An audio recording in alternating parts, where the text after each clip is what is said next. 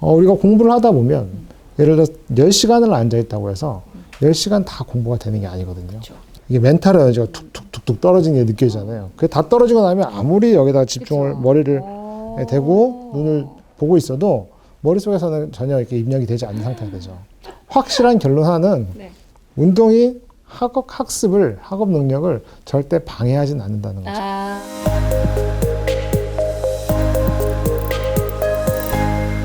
이번에는 우리 아이들 건강, 특히 운동에 대한 이야기 나눠보도록 하겠습니다. 선생님, 우리 아이들 운동 좋아하지 않나요? 우리나라 청소년들의 운동이 네. 거의 전 세계적으로 최하위권에 가깝습니다. 그래요. 예, 외국에서는 실제적으로 굉장히 외국 아이들, 특히 서양 아이들은 맞아요. 그 학제 과정상에도 운동을 굉장히 많이 하고요. 그래서 네. 모든 아이들이 이제 스포츠를 할 수 클럽 있도록. 활동도 굉장히 활발히 되어 예, 있잖아요. 맞습니다. 그렇죠. 정말 공부에 방해가 되나요?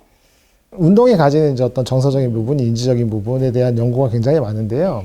학업적인 부분에 대한 연구도 꽤 많습니다. 왜냐하면은 사실 서양에서도 이거는 굉장히 중요한 문제예요. 왜냐하면은 운동이 학업에 어떤 영향을 미치는지에 따라서 학교의 어떤 시간표 있잖아요. 네. 그 학업 시간을 배분하는 문제가 걸리기 때문에 그쵸. 정책적으로 굉장히 중요한 문제입니다. 체육 시간이 있으니까. 예. 네. 그래서 되게 쉽게 그냥 뭐 운동하면 좋겠지 하고 체육 시간을 넣는 게 아니라 얼마나 운동 시간을 확보해야 되느냐. 그래서 체육 시간을 넣고 그렇게 배분하는 거거든요. 네.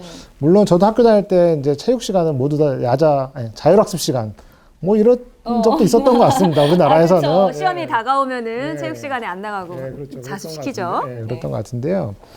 그런데 요 운동과 공부와의 관계에 대해서는 네. 아직까지 결론은 굉장히 허무합니다. 어, 관계가 있을 수도 있고 없을 수도 있다. 아 그래요? 애매해요? 굉장히 애매하죠. 어떻게, 그래서 네, 그 수많은 그렇죠? 비용과 정말 많은 자원을 들여서 연구를 한 게 운동이 학업 능력에 도움이 될 수도 있고 안 될 수도 있다. 확실한 결론 하나는 네. 운동이 학습을, 학업 능력을 절대 방해하진 않는다는 거죠. 그건 확실한 결론입니다. 좀 이따 잠시 말씀드리겠지만 정신 건강에도 좋고 여러 가지 신체 건강에도 좋은데 일단 방해를 하지는 않으니까 네. 당연히 운동을 하면 좋고요. 근데 이제 그 연구 결과에서 그런 것들을 다 이제 제시하고 있지는 않지만 그럼 왜 방해를 하지는 않을까 이제 생각을 해보면요. 우리가 공부를 하다 보면 예를 들어 10시간을 앉아 있다고 해서 10시간 다 공부가 되는 게 아니거든요. 그렇죠. 네, 맞아요. 공부를 하다 보면 이게 멘탈 에너지가 툭툭툭툭 떨어지는 게 느껴지잖아요. 그게 다 떨어지고 나면 아무리 여기다 집중을 그쵸. 머리를 대고 눈을 보고 있어도 머릿속에서는 전혀 이렇게 입력이 되지 않는 상태가 되죠. 저만 그런 게 아니었네요. 다 그러네요. 그럴 때는 이제 휴식도 해야 되고 어쨌든 그런 에너지가 다시 충전이 될 수 있도록 전환 활동을 해야 되는데 네. 그때 운동이 굉장히 큰 역할을 할 수 있다는 거죠. 그렇군요. 예. 그리고 실제로 운동을 많이 하다 보면 우리 어떤 그런 고위 인지 기능을 관장하는 영역이 전두엽이라고 하거든요. 특히 전전두엽이라고 하는데 그쪽에 이제 혈류가 네. 운동을 많이 할수록 그쪽 혈류가 쫙 모인다고 하거든요. 네. 혈액순환이 좋아지고 그러면서 인지 기능이 쫙 회복이 되는 거죠. 그래서 아. 공부하다가 공부 잘 안 되면 네. 나가서 한두 시간 정도 실컷 뛰고 오면 훨씬 더 집중력 있고 효율적으로 공부할 수 있게 되는. 학습 효과에 도움이 될 것 같은데요, 운동? 네, 그런데 아직까지 결론적으로는 방해되지 않는다가, 안 했지만, 방해가 되지 좋다. 않는다가 아직까지 결론입니다. 그렇다면 운동이 또 다른 그 정서적인 면에도 도움이 많이 될 것 같거든요.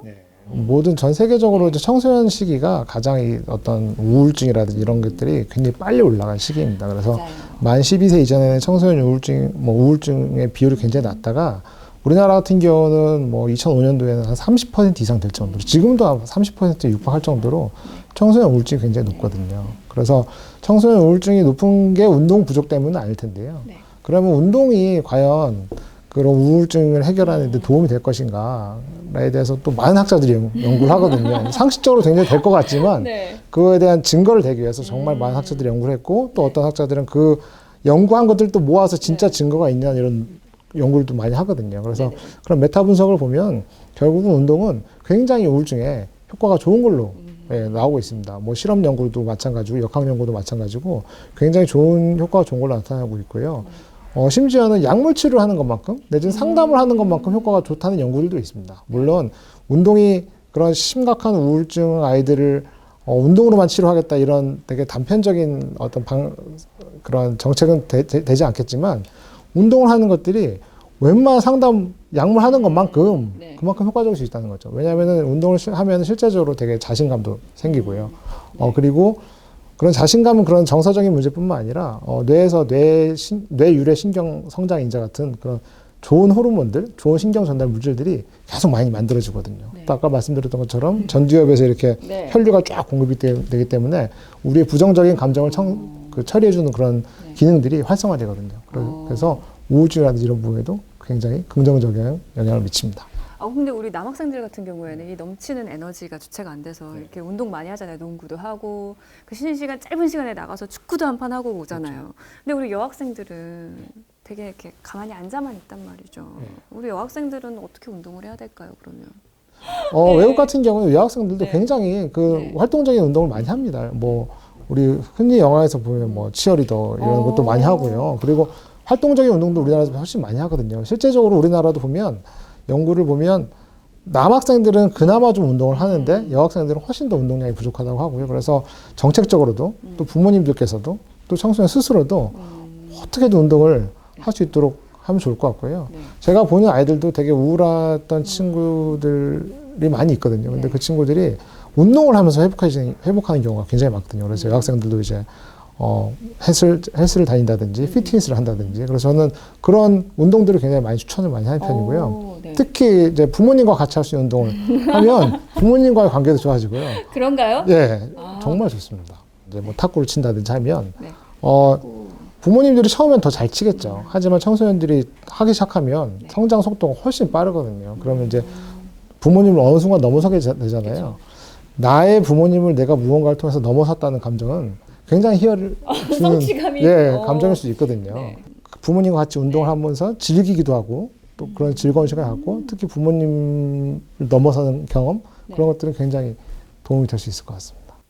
그렇군요. 그러면 아까 전에 말씀하셨다시피 계속해서 아이들이 공부를 하다가 집중력이 좀 흐트러질 때 잠깐 좀 운동하는 게 도움이 된다고 하셨잖아요. 그렇게 잠깐 해야 할 때는 뭐 어떤 운동 같은 걸 하면 좋을까요? 요새는 그 홈 트레이닝 많이 있잖아요. 저도 운동을 지금 너무 안 하니까 어떻게라도 좀 해보려고 홈 트레이닝을 많이 하는데요. 그리고 운동이라는 게 뭐 특별한 건 아니고요. 그냥 나가서 산책 한 30분 이렇게 걷기 운동도 좋거든요. 그래서 운동에 대한 것도 이제 그럼 어떻게 하면 운동을 하는 것이 바람직하냐라는 것도 또 연구자들이 해가지고 WHO 가이드라인도 있고요. 또 각국에서 만드는 가이드라인도 가이드라인이 있거든요. 어떤 게 있나요? 그래서 캐나다에서 만든 가이드라인, WHO 가이드라인 모두 다 비슷한 얘기를 하고 있습니다.